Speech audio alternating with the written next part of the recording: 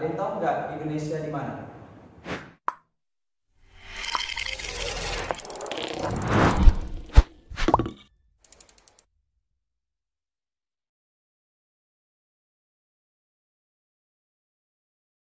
Assalamualaikum warahmatullahi wabarakatuh. Alhamdulillah bertemu lagi dengan saya Ustadz Ivan dalam mata pelajaran IPS. Bagaimana kabar anak Ustadz semuanya? Semoga tetap dalam keadaan sehat dan dalam perlindungan Allah Subhanahu wa taala. Nah, sebelum belajar alangkah baiknya kita berdoa dan menyiapkan buku pelajaran yang akan dipelajari hari ini.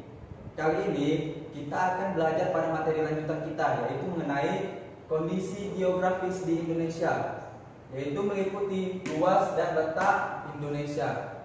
Kita sebagai warga negara Indonesia harus tahu nih mengenai kondisi geografis negara kita. Nah, langsung saja ya ke materi kita. Yang pertama yaitu mengenai luas Indonesia. Luas Indonesia itu terbagi dua, yaitu luas daratan dan luas lautan. Kenapa? Karena negara Indonesia merupakan negara kepulauan. Luas Indonesia yang berupa daratan yaitu 1.922.570 km persegi. Sedangkan luas lautan Indonesia yaitu 3.257.483 km persegi. Jadi bisa dilihat ya perbandingannya antara luas daratan dan luas lautan Indonesia. Yang mana yang lebih besar? Ya, luas lautan kita. Itulah sebabnya negara kita disebut sebagai negara maritim. Nah, sekarang kita ke bahasan yang selanjutnya, yaitu mengenai letak Indonesia. Agar lebih mudahnya, kita bisa lihat pada peta berikut ini. Nah, ini adalah peta batas-batas negara Republik Indonesia. Bisa kamu lihat ya. Di bagian utara, Indonesia berbatasan dengan Malaysia, Singapura, dan Laut Cina Selatan. Kemudian di bagian barat berbatasan dengan Samudra Hindia. Kemudian di bagian selatan berbatasan dengan Timor Leste, benua Australia, dan Samudra Hindia. Di bagian timur berbatasan dengan Papua Nugini. Nah, selanjutnya kita ke letak Indonesia. Letak Indonesia terbagi atas tiga. Yang pertama, letak astronomis, letak geografis, dan letak geologis. Oke, langsung saja ke yang pertama, yaitu letak astronomis. Apa itu letak astronomis? Letak astronomis adalah letak berdasarkan garis lintang dan garis bujur. Indonesia terdapat di antara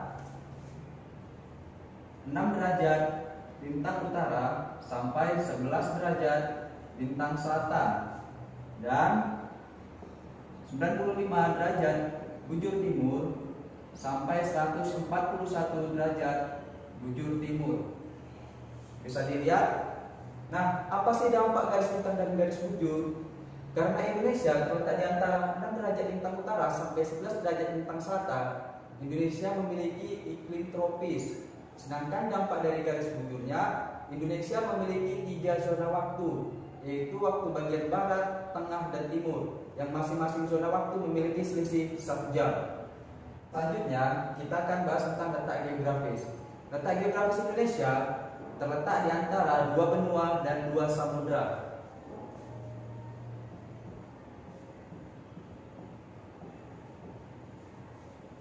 Dua samudra,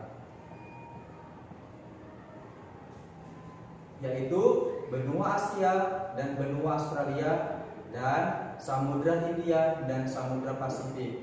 Apa sih dampak dari letak geografis Indonesia? Ya, tentu berdampak. Letak geografis Indonesia itu dianggap strategis karena dilalui oleh 2 benua dan 2 samudra. Contohnya, misalnya nih, dari Eropa atau kawasan Asia lainnya seperti Cina, Jepang, atau Arab Saudi, ketika hendak ke Australia pasti melewati atau singgah di Indonesia. Nah, ketika mereka melewati atau singgah di Indonesia, akan terjadi interaksi dengan masyarakat kita, sehingga itu akan mempengaruhi ekonomi ataupun sosial budaya, sehingga masyarakat Indonesia lebih beragam. Dan di Indonesia pun juga banyak agama yang dibawa oleh para pelayan atau pedagang dari luar. Terakhir yaitu mengenai letak geologis. Apa itu letak geologis? Letak geologis adalah letak berdasarkan struktur batuan. Indonesia terletak di antara dua jalur pegunungan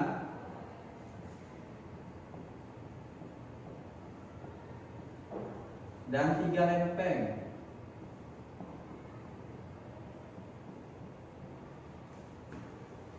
Jalur pegunungan itu apa aja? Yang pertama yaitu Sirkum Mediterania dan Sirkum Pasifik. Nah, karena Indonesia terletak di antara dua jalur pegunungan ini, itu menyebabkan Indonesia banyak gunung berapinya. Tapi di balik itu semua ada manfaat dari gunung berapi, yaitu menjadikan Indonesia sebagai negara yang kaya akan sumber daya alamnya, kaya akan mineral seperti emas dan tambang-tambang lainnya. Yang kedua yaitu tiga lempeng. Di bawah permukaan Indonesia terdapat tiga lempeng bumi, yaitu lempeng Eurasia, lempeng Indo-Australia, dan lempeng Pasifik. Nah, ketiga lempeng ini berdampak pada permukaan Indonesia karena lempeng ini kan terus bergerak nih. Karena gerakan dari lempeng ini menyebabkan Indonesia menjadi kawasan yang rawan gempa. Sekian untuk pelajaran hari ini. Terima kasih sudah menyaksikan video ini. Jangan lupa untuk mengerjakan kuis yang Ustadz berikan dan tetap patuhi protokol kesehatan. Assalamualaikum warahmatullahi wabarakatuh.